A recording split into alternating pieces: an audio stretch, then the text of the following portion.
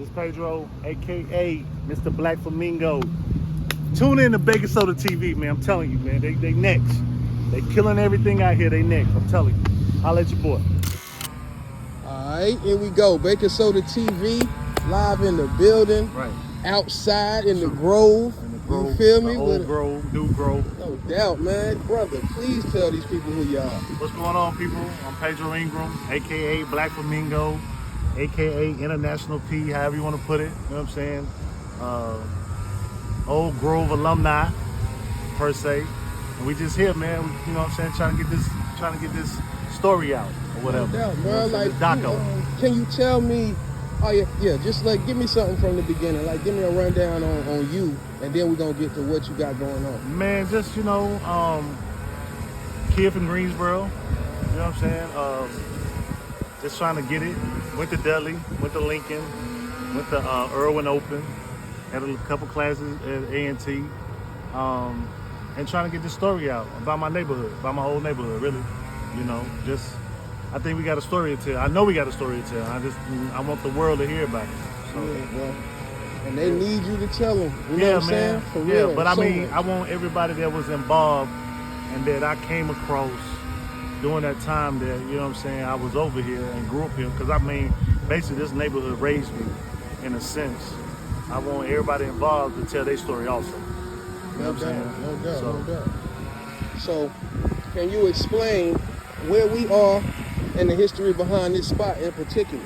This spot right here was what we used to call the square.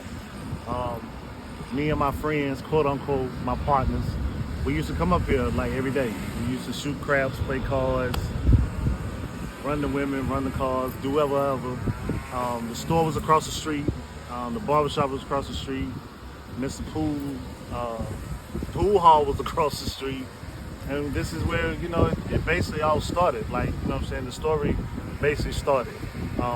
Everybody have a story about the crack era, you know what I'm saying? Because we in America. But with that being said, our story was different because it wasn't always bang, bang, shoot 'em up every day. You know what I'm saying? We had a ball, we had fun, you know what I'm saying? You had fights, you had shootouts, but at the end of the day, the people I grew up with, you know what I'm saying, we family. We still family to this day.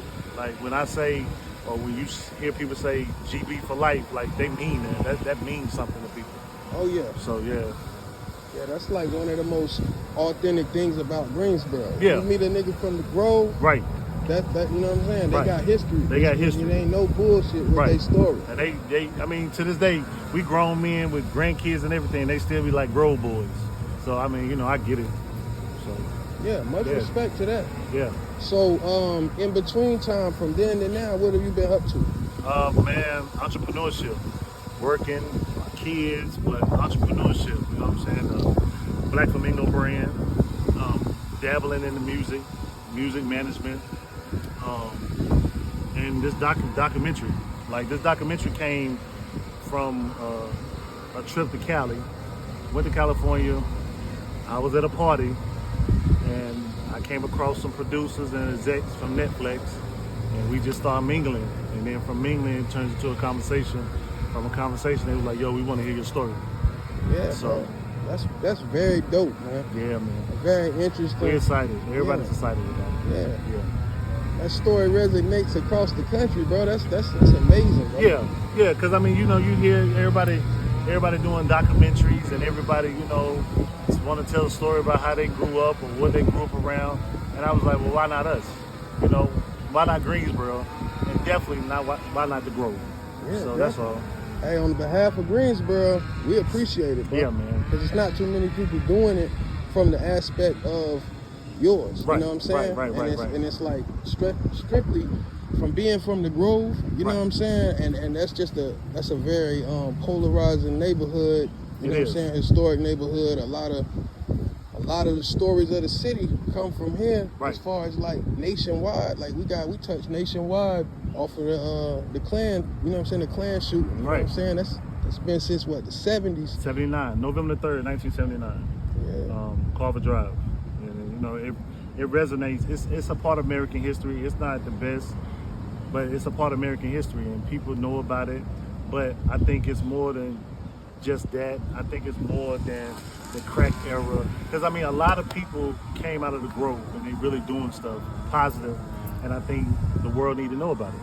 So that's the whole point of it. I'm a product of the Grove, and I mean, you know, I feel like I'm doing all right. So Most definitely. yeah. So, can you go more into detail about the Black Flamingo brand and how it started? Oh man, truthfully, I'm gonna be really, really honest with you because a lot of people don't know the story. I went to Miami for my birthday, maybe 2017. I think it was 2017, and so I had one of those Miami nights because there was a party, and I was drinking, and so we got up and we took the trip going to the. You get on the boat and you go like towards Puerto Rico. And so they got the flamingo marsh, where the flamingo whatever, out in the ocean. So you'll see it, it's like a mound. Like you'll see, but you see all these flamingos, bunch of pink flamingos. Like that's all you see is pink. And so I'm on the boat and I'm chilling, drinking, and I look and I was like, yo, what's that blackbird? Not even, you know. Yeah. And so the tour guide was like, yo, that's a black flamingo.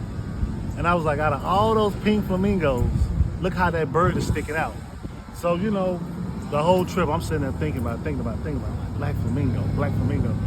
And it just, I promise you, I was on the plane and it hit me, black flamingo. I said, yo, I'm gonna make a t-shirt brand that says black flamingo. So honestly, true story, it started from supposed to be just t-shirts. I was gonna have a big black flamingo on a t-shirt.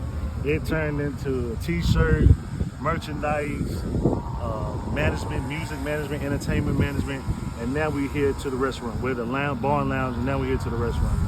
So That's branding to the. that's to the Brandon. That's Brandon 101, in a sense. Because I mean, when people hear it, they know. Like even when you go to Google, it's at the top of the Google list. Black Flamingo Bar and Grill. So yeah, we pushing it.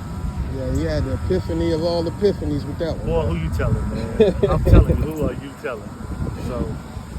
Okay. So with that, what you got it? What you got coming up? I know you got something. You got a rollout coming. I got a rollout coming. Black Flamingo's coming. We got some music festivals, as you know. We got some music festivals that's coming up at the end of the summer. One in Greensboro, one in Winston. We got the documentary coming, and we got the clothing line coming. The clothing line, I'm really excited about because my kids are involved in it, and the reopening of the sneaker store. So, yeah, man, we working. That's all you can do. You know, I tell people this. Only thing I do is work and grind. You'll get it. That's hard work and determination. Hard work and man. determination. So. Yeah, talk, bro. We definitely recognize it, man. Yeah, we definitely man. recognize Oh, it. and then I forgot the Licata brand. Let me give a shout out to Raekwon and the people at Licata, Jermaine, Michael, my people in Durham, Harlem Distribution, Vaughn, Jamel. I'm a brand ambassador for Licata, and we got a lot of things coming down the pipe for Licata. Licata, in the next 6 to 9 months, Licata is going to be a real strong wine company in America, especially on the East Coast. And it's going to be, I'm planning on it being in every home. That's my plan. I want people to know Licata. I want when people see that blue bottle, I want them to be like, oh, that's Licata. It's a beautiful bottle. I Yeah, tell you it's that gorgeous. much. It's gorgeous. You know what I mean? Like Carolina Blue. beautiful. Carolina Blue. You know what I'm saying? Like, So when me and Raekwon had that conversation, Raekwon was like, you know, this need to be the headquarters. He right, because look at the bottle. It's Carolina Blue. That bottle look like the sky right now. really, man. Yeah, And it's really. shining. It's shining. But then on top of that, it's really a good wine. Like I wouldn't say it if it tastes like grass water, but it's really a good wine. It's a good wine for ladies' night. It's a good wine if you want to eat a chicken wing, steak, whatever. It's really a good wine. Like, you know, that's why I'm behind it so strong. Oh yeah, definitely. I mean, I'm a Wu-Tang fan. I figure they got a little class about themselves to where I don't think they would be dealing with any BS. Yeah. So it's amazing to see you rocking with them and then seeing it. And it was like, organic. Yeah. That relationship was organic. It wasn't like no, you know, chasing or no nothing like that. Because really, being honest, the relationship started with the president of Licata. Me and him started a relationship, and then it just went from there. He introduced me to Ray, and then that relationship bloomed. So, you know, it went, and just me being hip hop is Raekwon, it's Wu-Tang, so why not? You know what I'm saying? But it really started on business as far as the wine, because I was in New York and I seen the bottle and I was like, yo, what is that? And it wasn't even the taste. I just like, yo, I just want the bottle for the house. You know what I'm saying? You know what I'm saying? So people could be like, yo, what is that bottle? So, you know, that's how it started. Yeah. That's what's up, man. Like, for real. I can't wait to taste some, you know what I'm saying? Yeah, but, for real. Like, yeah, anything else you want to touch on? no, man, like I said, I'm really excited about the documentary.